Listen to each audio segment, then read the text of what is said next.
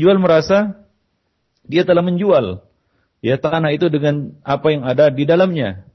Maka keduanya pun akhirnya mengangkat masalah itu kepada seorang laki-laki, ya. Ya, fatahakama ila rajulin. Maka mereka berdua pun mengangkat masalah ini kepada seorang laki-laki. Lalu laki-laki yang dijadikan tempat mereka berperkara itu bertanya, ya, faqala alladzi tahakama ilaih, alakuma walad? Apakah kalian berdua memiliki keturunan? Maka salah satu dari mereka menjawab, aku memiliki seorang putra. Dan laki-laki yang lain berkata, aku memiliki seorang putri. Maka si hakim ini mengatakan, ya angkihu al-gulam al-jariyah. Kalau begitu, nikahkanlah anak laki-laki itu dengan si gadis. Ya. Wa anfiqu ala anfusihim minhu wa tasaddaqa. Infakkanlah sebahagian emas itu untuk keperluan mereka berdua. Dan sisanya ataupun selebihnya sedekahkanlah. Nah demikian. Coba lihat, inilah dia kita katakan sifat wara' yang perlu kita tiru di sini ya. Ya di mana mereka merasa ini bukan bagiannya. Mereka merasa ini bukan hartanya, ini bukan ya miliknya. Maka dia pun menyerahkan kepada orang yang dianggap memilikinya. Nah, hingga mereka saling kita katakan bertolak-tolakan, ya, saling menolak untuk memilikinya.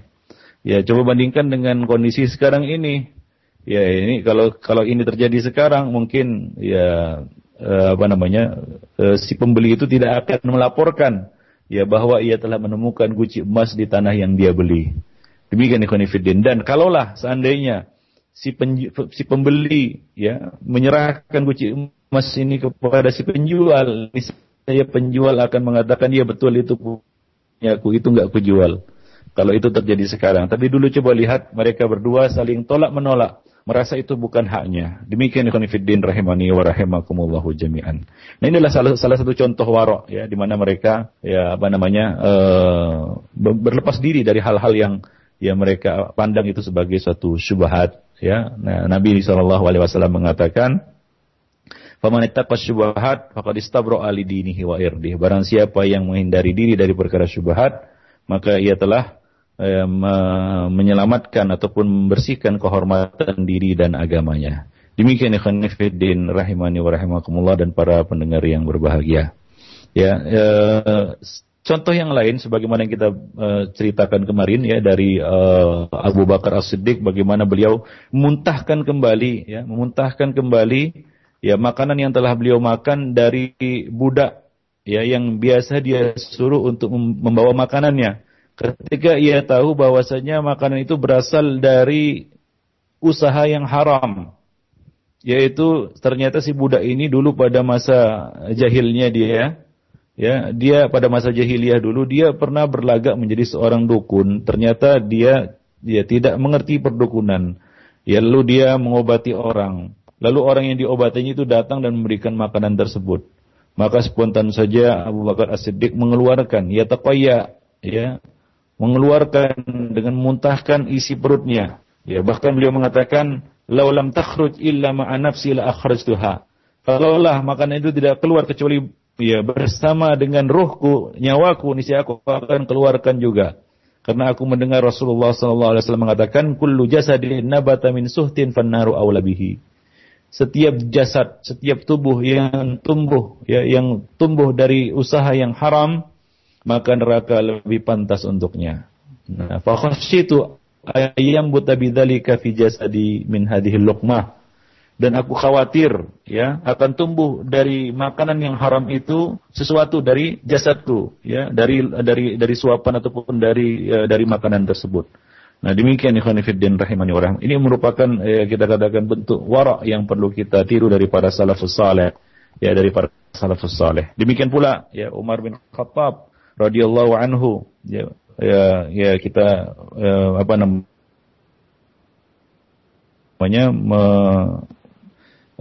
mengenal beliau sebagai seorang yang sangat ketat ya di dalam masalah ini hingga beliau digelari ya sebagai Al-Faruq ya yang memisahkan antara halal dan haram, hak dan batil.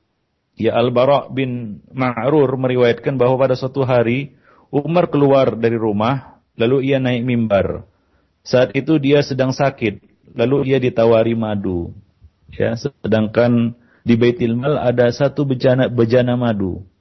Lalu Umar bertanya, jika kalian mengizinkan aku minum madu ini, aku akan meminumnya. Namun jika kalian tidak mengizinkan, maka madu itu haram untukku. Coba lihat seorang khalifah, dia minta izin kepada rakyatnya untuk mencicipi ataupun kita katakan menggunakan madu dari Baitul Mal.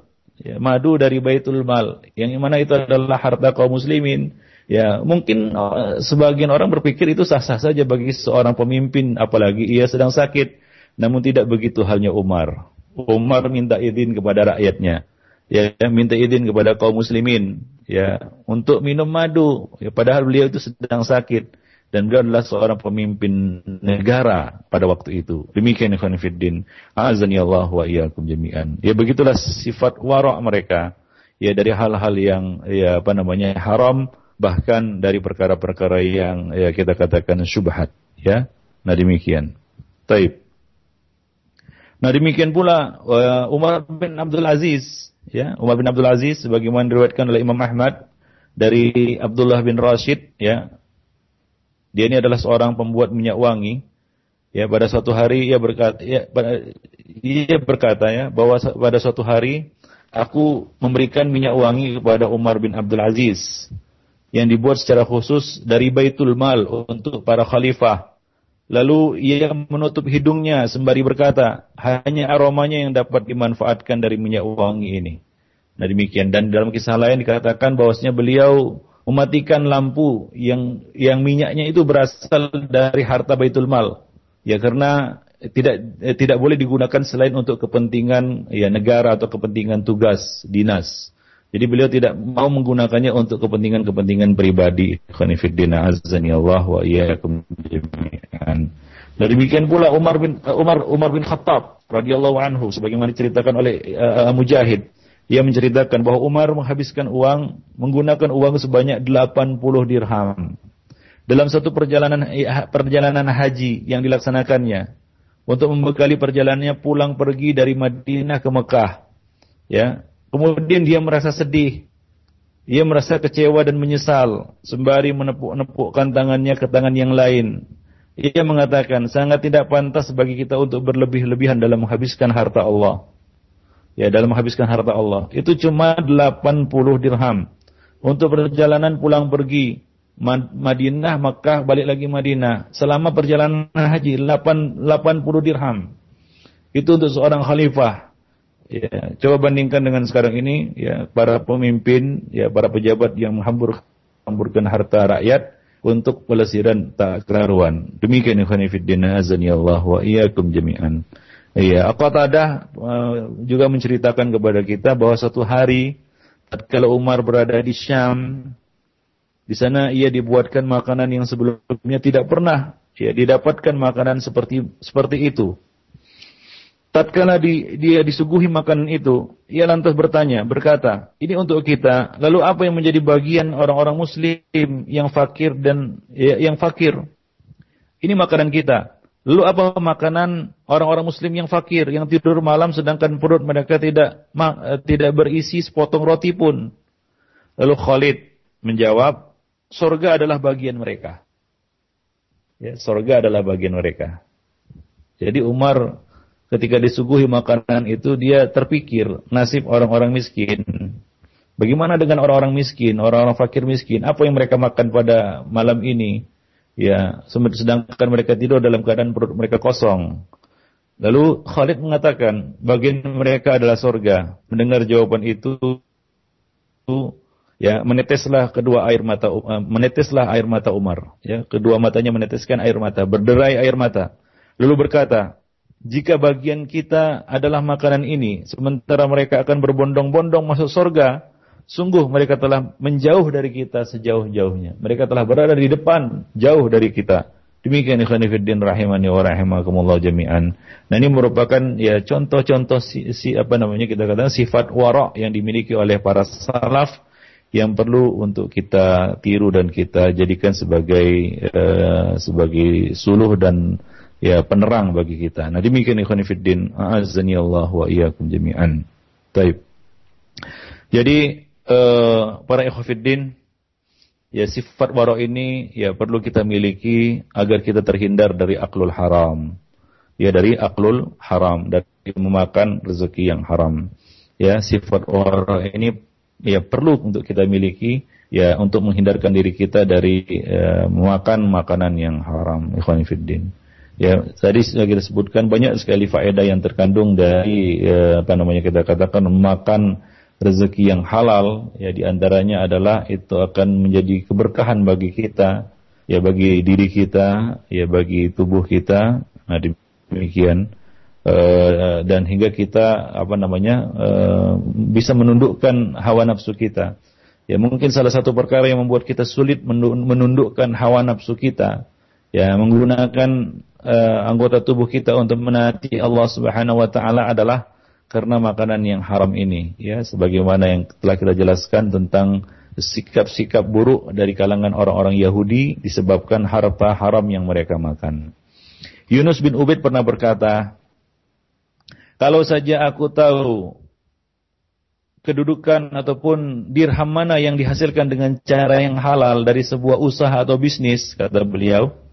Artinya, kalaulah saya bisa mengetahui secara pasti ini adalah dirham yang halal, yang aku peroleh dari usaha yang halal, ya, dari sebuah bisnis atau dari sebuah usaha, maka aku akan gunakan dirham itu, uang itu untuk membeli tepung. Kemudian aku akan mengadonnya, lalu aku menjemurnya, kemudian aku motongnya kecil-kecil, lalu akan aku manfaatkan untuk mengobati orang sakit. Yaitu aku akan berikan kepada orang sakit agar sembuh.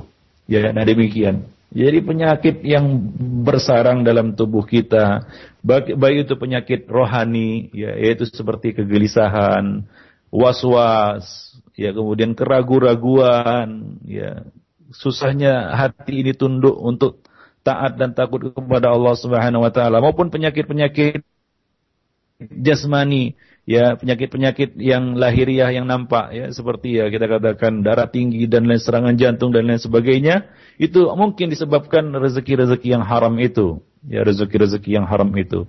Ya ditambah lagi, ya karena setiap rezeki kata Nabi SAW yang tumbuh dari perkara yang haram tadi itu adalah bagian neraka. Tentunya bagian neraka itu adalah bagian yang panas, yang hitam, yang tidak ada berkah padanya, ikhwan fillah. Maka ya Yunus bin Ubaid mengatakan, ya kalaulah aku tahu mana yang halal ya dari usaha, ya mana uang yang halal dari usaha yang aku lakukan, ya mana uang yang halal, rupiah yang halal, aku gunakan rupiah itu untuk membeli tepung, lalu aku buat roti dan aku bagikan roti itu kepada orang-orang sakit agar mereka sembuh dari rezeki yang halal itu, ikhwan fillah.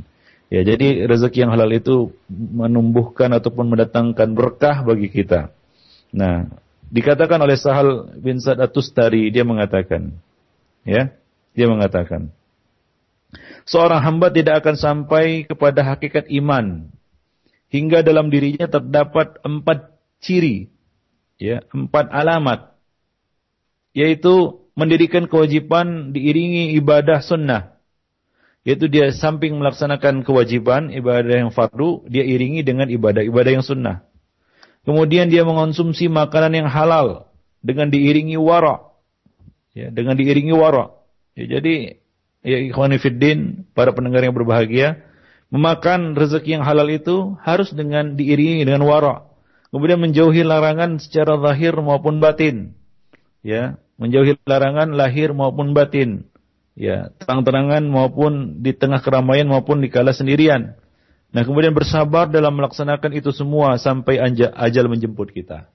Nah, itulah dia ya 4 perkara yang menjadi ciri bahwa seorang hamba itu akan sampai kepada hakikat keimanannya. Nah, demikian ya fillah.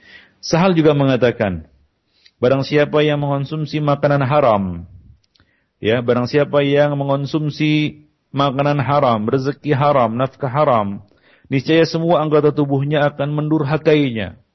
Itu susah untuk dia gunakan, dia gerakkan untuk ketaatan. Ya, terlepas dia berkehendak ataupun tidak, mau maupun tidak mau. Ya, mau saja dia berat menggerakkan anggota tubuhnya, apalagi dia tidak mau. Ya, ataupun baik mengetahui maupun tidak. Nah, itu orang yang memakan makanan yang haram, maka anggota tubuhnya akan menghambatnya. ya dia akan sulit untuk menggerakkannya kepada kebaikan dan ketaatan. Ya. Dan barang siapa yang mengonsumsi makanan yang halal, niscaya semua anggota tubuhnya akan menaatinya, akan tunduk, mudah untuk digerakkan untuk melakukan ketaatan-ketaatan. Ya, dia akan mendapat petunjuk untuk melakukan hal-hal yang baik. Ikhwani fiddin rahimani wa rahimakumullah jami'an. Nah, demikian. Jadi itulah dia kita katakan faedah dan fungsi dari memiliki sifat wara' ini, ikhwani fiddin. Sufyan Ats-Tsauri mengatakan, hendaklah kamu bersikap wara'. Niscaya Allah akan meringankan hisabmu. Pindahlah dari segala hal yang meragukanmu kepada hal yang tidak meragukanmu, dan tepislah keraguan dengan keyakinan. Niscaya keselamatanmu akan terjamin melalui agamamu. Demikian ikhwan fillah rahimani wa rahimakumullah jami'an, para pendengar yang berbahagia. Taib. Jadi begitulah ya kita katakan pentingnya ya kita memiliki sifat wara' ini. Namun ya sangat disayangkan banyak manusia yang mengabaikannya. Sebagaimana yang dikatakan oleh Aisyah, sungguh kalian sering melalaikan ibadah yang paling utama, yakni wara'. Ikhwani fiddin rahimani wa rahimakumullah jami'an. Taib. Demikianlah ya pentingnya memiliki sifat wara' di dalam mencegah diri kita agar tidak jatuh pada aklul haram, ya, memakan harta dan rezeki yang haram, ya. Kemarin sudah kita jelaskan beberapa bentuk di antaranya, ya. Di antaranya adalah yadkhulu fi hadzal bab al-makkas, ya, para pemalak ataupun orang-orang yang memungut cukai ya secara tidak sah atau secara batil, pengkhianat, orang-orang yang menggelapkan harta orang lain, pencuri, ya, memakan riba, memberi makan riba, memakan harta anak yatim, memberikan persaksian palsu untuk mengambil harta orang lain, ya, meminjam sesuatu lalu mengingkarinya, memakan suap atau memberi suap, mengurangi timbangan dan takaran, ya, menjual sesuatu yang ada aib di dalamnya lalu dia menutupinya, uang hasil perjudian, uang hasil dari praktek sihir, praktek nujum, ya, nah dan sejenisnya, ya, dari perkara-perkara yang kita katakan termasuk memakan harta dengan cara yang haram. Ya, tadi pada pertemuan yang lalu juga kita telah jelaskan bahwa memakan harta al-aqlu bil batil, ya, bahwa memakan harta secara batil itu ada dua bentuk. Yang pertama adalah ayyakuna ala jihati dzulm, dalam bentuk berbuat kezaliman, seperti ya kita mencuri, ya, merampas harta orang lain, ya, ataupun menggelapkan harta kaum muslimin. Ini adalah kita katakan aqlu bil batil dalam bentuk jihadil dzulm, dalam bentuk melakukan kezaliman. Bentuk yang kedua adalah ala jihadil hazal wal la'ab, ya, memakan harta secara batil dalam bentuk hazal dan la'ab, yaitu kesia-siaan dan suatu yang tidak berfaedah. Ya, seperti misalnya mendapatkan harta melalui judi, ya melalui judi atau malahi, alat-alat musik, ya, dan sejenisnya, ya, dari perjudian, ya, dari menang judi dia misalnya. Nah, ini adalah harta memakan harta dengan batil dalam bentuk al-hazal wal la'ab. Ya, demikianlah ikhwan fiddin rahimani wa rahimakumullah jami'an, al-kabiratu ats-tsaminatu wal ishrun. Dosa besar yang ke-28, ya. Nah, insyaallah pada pertemuan yang akan datang ya kita akan membahas al-kabiratu at-tasi'atu wal ishrun, dosa besar yang ke-29, yaitu ya bunuh diri, ya, ayatul insan nafsahu, seorang yang membunuh dirinya sendiri, ya, seorang yang membunuh dirinya sendiri. Nah, demikianlah untuk selanjutnya pada pertemuan pagi ini kita akan lanjutkan dengan tanya jawab yang kemarin sempat tertunda, ya. Mungkin ada beberapa pertanyaan yang masuk ke redaksi ke redaksi mungkin, ya, yang perlu kita jawab pada kesempatan yang berbahagia ini. Nah, demikianlah lebih dan kurang saya mohon maaf, aku qouli hadza wa astaghfirullah li wa lakum wa lisa'iril muslimin innahu huwal ghafurur rahim. Jazakallahu khairan. Barakallahu fiik para ustaz yang telah memberikan pembahasan yang insyaallah bermanfaat bagi pendengar sekalian dari pembahasan Al-Kabair poin yang ke-28, pembahasan kelanjutan pertemuan yang lalu, mudah-mudahan bermanfaat. Dan selanjutnya kami akan angkat pertanyaan yang sudah masuk melalui pesan singkat pada kesempatan pekan yang lalu. Yang pertama Ustaz, ada beberapa pertanyaan senada, yaitu Assalamualaikum warahmatullahi wabarakatuh. Barakallahu fiik. Ustaz, bolehkah kita memanfaatkan barang yang ketinggalan oleh seseorang dan tidak diketahui oleh pemiliknya, siapa dan di mana, bolehkah kita menyedekahkannya? Ya, kewajiban kita terhadap barang-barang yang barang luqatah ya, yang tercecer ya, adalah mengumumkannya ya, Ya, tujuannya adalah untuk mencari tahu siapa pemiliknya. Ya, dengan ya satu menanyakan kepada yang mengaku tentang ciri-cirinya.